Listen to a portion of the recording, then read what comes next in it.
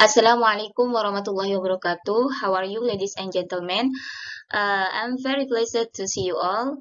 Okay, thank you for coming to this presentation. Let me introduce myself to you. My name is Hasria F, and my partner Ahmad Kamal Asidiki. Okay, today I would like to discuss about our presentation. The theme is methodology of interpretation of the Quran, tahdili, ijmali, and mukarron. Oke, jadi pada kesempatan kali ini kami akan mempresentasikan hasil dari makalah kami yang berjudul Metodologi Penafsiran Al-Quran, baik itu tahlili, ijmali, dan mukarron. Oke, bismillahirrahmanirrahim. Nah, in this first slide, the first techniques of interpreting the Quran. Jadi pada slide yang pertama ini kita akan membahas tentang teknik penafsiran dalam Al-Quran. Bismillahirrahmanirrahim. Understanding the interpretation of the Quran.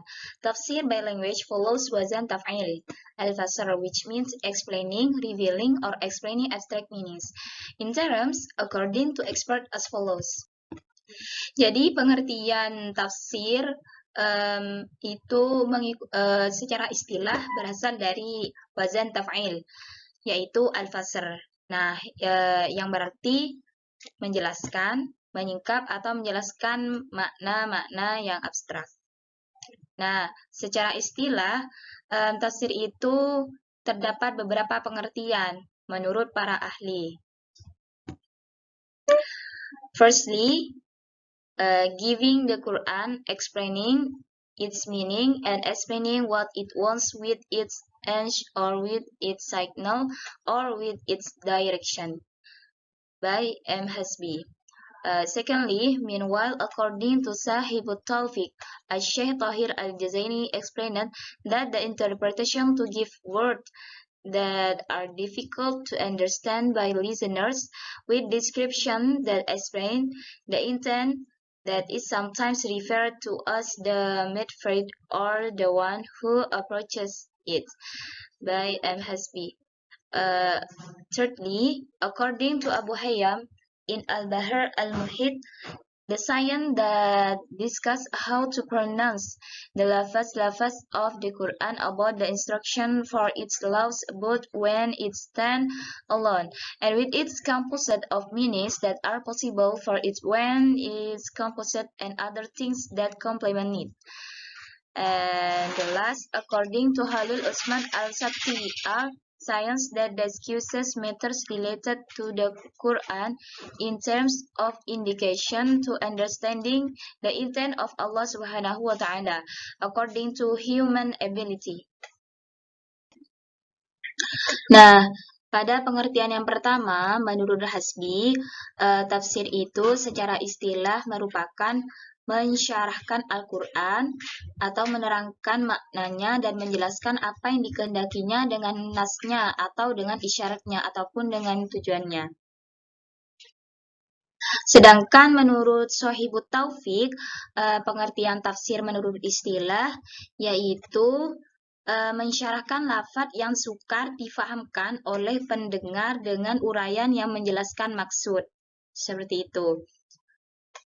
Nah, sedangkan dari pendapat yang ketiga yaitu Abu Hayyan, beliau menjelaskan bahwasanya tafsir itu adalah ilmu yang membahas tentang cara mengucapkan lafaz-lafaz Al-Quran tanpa contoh hukumnya, baik ketika berdiri sendiri maupun ketika tersusun dari makna-makna yang dimungkinkan baginya ketika tersusun serta hal-hal lain yang melengkapinya.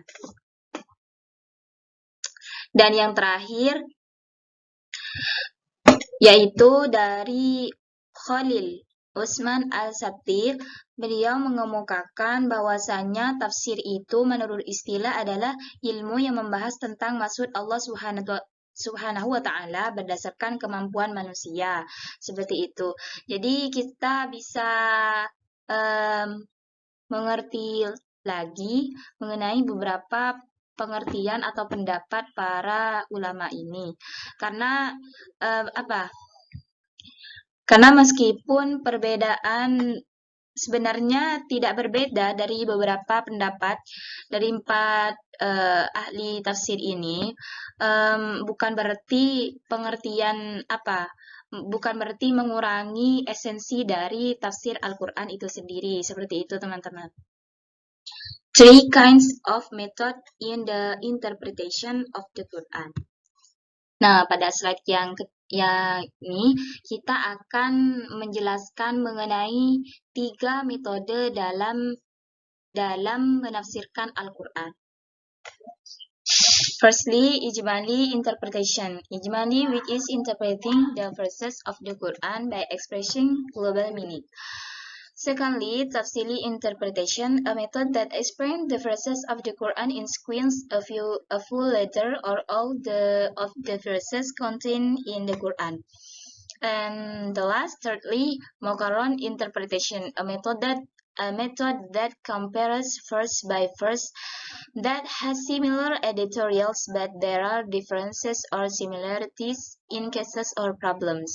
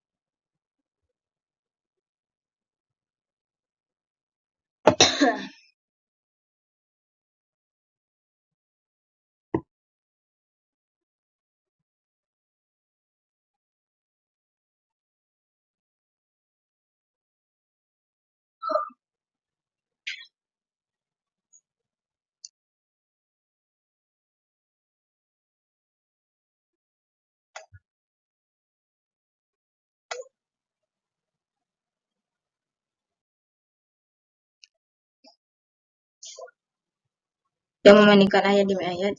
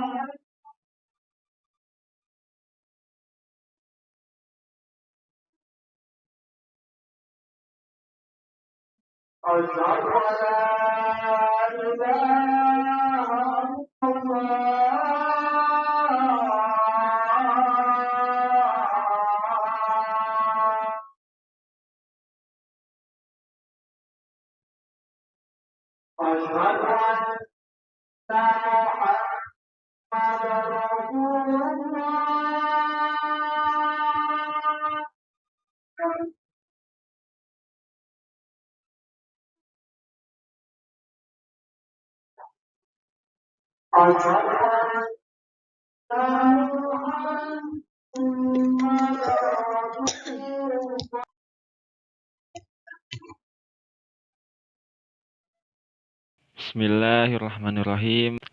First of all, let thanks to Allah who have given us the great moral and mercy blessing until we can meet together. Secondly, may salawat and salam to our Prophet Muhammad SAW, who has brought us from the darkness to the lightness. Okay, next, in the problem statement 2, second problem statement, there is the identification of the methodology of interpreting the Quran atau identifikasi metodologi penafsiran Al-Quran. Di dalam identifikasi ini, pertama identifikasi dari segi metode atau identification in term of method, yang akan saya bagi dalam tiga bahasan seperti judul makalah ini. First of is the tahlili, explain the verse from various aspect and directly from surah Al-Fatihah to An-Nas. Yakni pada bahasan pertama, metode tahlili tafsir tahlili ini menjelaskan ayat dari berbagai aspeknya dan secara menyeluruh dari surat Al-Fatihah sampai An-Nas. The second is Mali, explain the verse globally and thoroughly from surah Al-Fatihah to An-Nas. Kedua yakni tafsir ijmali atau menjelaskan ayat secara global dan secara menyeluruh dari surat Al-Fatihah sampai An-Nas. And the last is Muqaran. Muqaran explaining the verse by comparing it with other verses or other heavenly books. Yang ketiga atau yang terakhir yakni tafsir Muqaran atau Muqaran interpretation, yakni menjelaskan ayat dengan membandingkannya dengan ayat lain atau tafsir lain atau other heavenly book atau kitab samawi yang lain. Oke, in the one bahasan atau pertama yakni tahlili interpretation atau tafsir tahlili. This method is mostly used by scholars in the past. Metode ini kebanyakan dipergunakan oleh ulama pada masa dahulu, namely studying the verse of the Quran in all aspect and meaning. Yakni dengan mengkaji ayat-ayat Al-Quran dari segi makna dan ayat-ayatnya, verse by verse and letter by letter in accordance with the order in the Ottoman manuscript. Yakni seperti kajiannya ayat demi ayat, surah demi surat, sesuai dengan urutan dalam Mushaf Utsmani. The application of this method study by reducing the vocabulary and lafaz, explain the desired meaning, the intended purpose and content of the verse, present the relationship between the verse and its relevance to the letter before and after, and explain what can be deduced from the ayat. Penerapan kajian metode ini oleh para ulama, yakni dengan mengurangi kosakata dan lafadznya, atau juga bisa dengan menjelaskan arti yang dikehendaki atau the intended purpose atau sasaran yang dituju dan kandungan ayat, mengemukakan kaitan antara ayat-ayat dan relevansinya dengan surat sebelumnya atau sesudahnya, serta menjelaskan apa yang dapat diistimbatkan dari ayat. Oke, from the tahlili interpretation memuat beberapa wujud seperti di slide ini. The existence of interpretation by method of analysis atau wujud tafsir tahlili, wujud beberapa tafsir dengan metode tahlili ini yang dibagi menjadi 7. The first is bil ma'thur. Bil ma'thur is interpretation of Quranic verses with the meaning of other verses, interpretation of the Quran with the hadith narrated from the Prophet, the opinion of the companions based on their ijtihad and the opinion of tabi'in. In this metode, wujud dari tafsir tahlili dengan bil ma'thur ini, yakni penafsiran dari satu ayat Al-Quran dengan maksud yang berada di ayat yang lain, atau bisa juga dengan hadis-hadis yang diriwayatkan dari Rasulullah atau pendapat para sahabat berdasarkan ijtihad mereka dan pendapat tabi'in. And the two methods is bil-ra'i atau dengan metode akal. Interpretation of Quranic verses based on the opinion or intellect. An interpretation of Biroi can be seen from quality of its interpretation. Penafsiran Biroi ini based on opinion or intellect atau berdasarkan pendapat atau akal.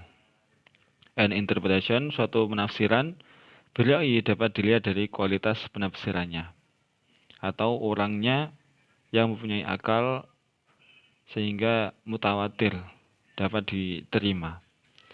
And the next methods in Sufi or Sufi interpretation, it is generally dominated by mystical expression that cannot be understood by the figure except the Sufis and who train themselves to live the teaching of Sufism. Pada umumnya, metode ini dikuasai dengan ungkapan mistik yang tidak dapat dilakukan oleh tokoh. Hanya dapat dilakukan oleh orang-orang sufi dan orang-orang yang melatih dirinya untuk menghayati ajaran tasawuf. Oke, the wujud tahlil tafsir tahlili berikutnya with falsafi interpretation atau tafsir falsafi. Interpretation using philosophical theories, Mafatih al-Ghaib by Al-Fakhr al-Razi, that is he followed the way of the philosopher of presenting argument based on the theology and semantics or logic.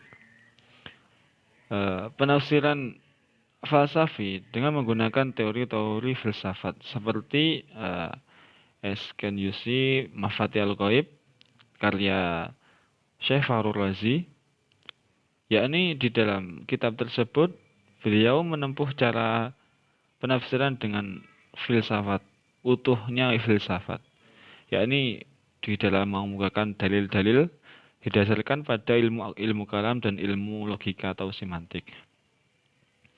And the next is fikih interpretation. This interpretation of the verse of the Quran done by the leaders of a school to be used evidence for the truth of the school. Penafsiran ayat Al-Quran dengan metode ini di dalam tafsir tahlili dilakukan oleh suatu tokoh atau seorang tokoh suatu mazhab untuk dijadikan sebagai dalil atas kebenaran mazhabnya. And the next is ilmi interpretation of the verse of the Quran by relating them to modern science that arise in the present. Atau penafsiran ayat-ayat kauniyah dengan mengaitkannya dengan ilmu-ilmu pengetahuan modern yang timbul pada masa sekarang, sehingga tafsir tahlili sangat mudah digunakan sebagai metode walaupun dengan cara yang lebih modern dan lebih kontemporer. The next the last method in this analysis tahlili is adabi. The method of the interpretation by revealing the lagoh of the Quran and its miracles explain the meanings and goals intended by the Quran. Metode penafsiran ini dengan mengungkapkan segi lagoh Al-Quran.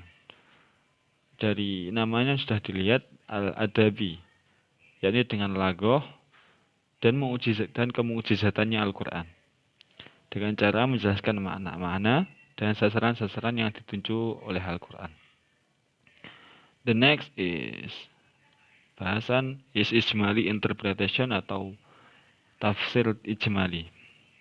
Ijmali interpretation is a method of interpreting the Quran in a concise and global manner without a lengthy description. Tafsir ijmali yaitu metode penafsiran Al-Quran dengan secara singkat dan global tanpa uraian panjang lebar. The commentator explained the meaning and significance of the verse with a brief description that can expand as far as the meaning without alluding to anything other than the desired meaning. Mufasir atau the commentator atau para mufasir menjelaskan arti dan makna ayat dengan metode ini menggunakan uraian singkat yang dapat menjelaskan sebatas artinya tanpa menyinggung hal selain arti yang dikehendaki. This is done to the verse of the Quran, verse by verse and letter by letter, according to the order in the Mus'haf, in the framework of a simple description in a language and manner that can be understood by the intelligent and the ignorant and the middleman between the two. Hal ini atau cara para mufasir ini dilakukan terhadap ayat per ayat, surat demi surat, sesuai dengan urutannya dalam mushaf, dalam kerangka uraian yang mudah dengan bahasa dan cara yang dapat dipahami oleh orang pintar dan orang bodoh sekalipun, ataupun orang yang di antara pertengahan keduanya. And the next, yakni Muqaran interpretation atau tafsir Muqaran. Muqaran interpretation is an interpretation that use a comparison methods.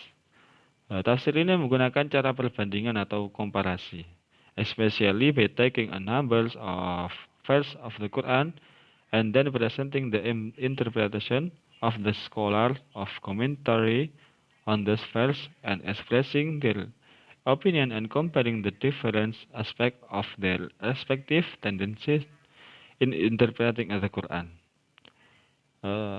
Kemudian lebihnya dengan cara mengambil sejumlah ayat Al-Quran, kemudian mengemukakan penafsiran ulama-ulama tafsir terhadap ayat-ayat itu dan mengungkapkan pendapat mereka atau dengan membandingkan segi-segi kecenderungan masing-masing yang berbeda dalam menafsirkan Al-Quran. This method certainly has advantages and disadvantages. Metode ini tentunya mempunyai kelebihan dan kekurangan. And the advantages provides more relative insight than other methods, and disadvantages apply to beginner if it results in misunderstanding or fanatism towards certain school of thought. Kelebihan dari cara ini yakni memberikan wawasan yang lebih relatif dibandingkan metode yang lain. Dan kekurangannya dari metode ini berlaku bagi pemula. Jikalau bagi pemula itu berakibat kesalahpahaman atau fanatik terhadap mazhab tertentu. Berikut tadi beberapa wujud dari atau beberapa identifikasi dari metodologi atau metode tafsir. And the next is pattern of interpretation atau corak penafsiran tahlili ijmali'an muqarran, atau dari ketiga penafsiran itu bisa dilihat corak-corak penafsirannya. In the first is interpretation with the Quran itself. Track resonables with other verse either in one letter or different letter. Penafsiran ini dengan Al-Quran itu sendiri. Jadi corak yang pertama yakni penafsiran dengan Al-Quran itu sendiri melalui reasonableness atau munasabah with other verses, dengan munasabah dengan ayat yang lain, entah dalam satu ayat atau dalam surat yang berbeda. Allah assures His messenger that He is the one responsible for protecting and explaining it. Allah menjaminkan kepada Rasul-Nya bahwa Dialah yang bertanggung jawab melindungi dan menjelaskannya. And the two corak atau corak yang kedua, The second pattern is interpretation. Interpretation is related to the Prophet Sallallahu Alaihi Wasallam, yakni penafsiran itu dikembalikan kepada Nabi. The situation is done. Situasi ini bisa dilakukan if there is difficulty in understanding the first approach or difficult in finding answer from the other verses of the Quran. Keadaan ini dilakukan jikalau mendapati kesulitan dalam memahami melalui pendekatan pertama atau kesulitan mencari jawaban dari ayat Al-Quran yang lain atau kesulitan melihat dari munasabah ayat yang lain. And the last pattern is the next pattern. If with the two approaches above has not been able to solve the problem, jika dari kedua cara yang di atas belum ditemukan penyelesaian persoalan, then there is an understanding of ijtihad. Maka yang perlu dilakukan yakni pemahaman dari ijtihad. Okay, the last from the paper group dapat disimpulkan bahwa dengan mengetahui bagaimana metode penafsiran Al-Quran tersebut, maka akan menimbulkan azam atau mempunyai rasa keagungan terhadap Allah dari dalam setiap insan untuk senantiasa mentafakuri sejarah turunnya Al-Quran, baik asbabun nuzulnya, hukum yang terkandung dalam ayatnya, kaidah-kaidah yang kebahasaan yang tersaji dalam indahnya firman Allah itu.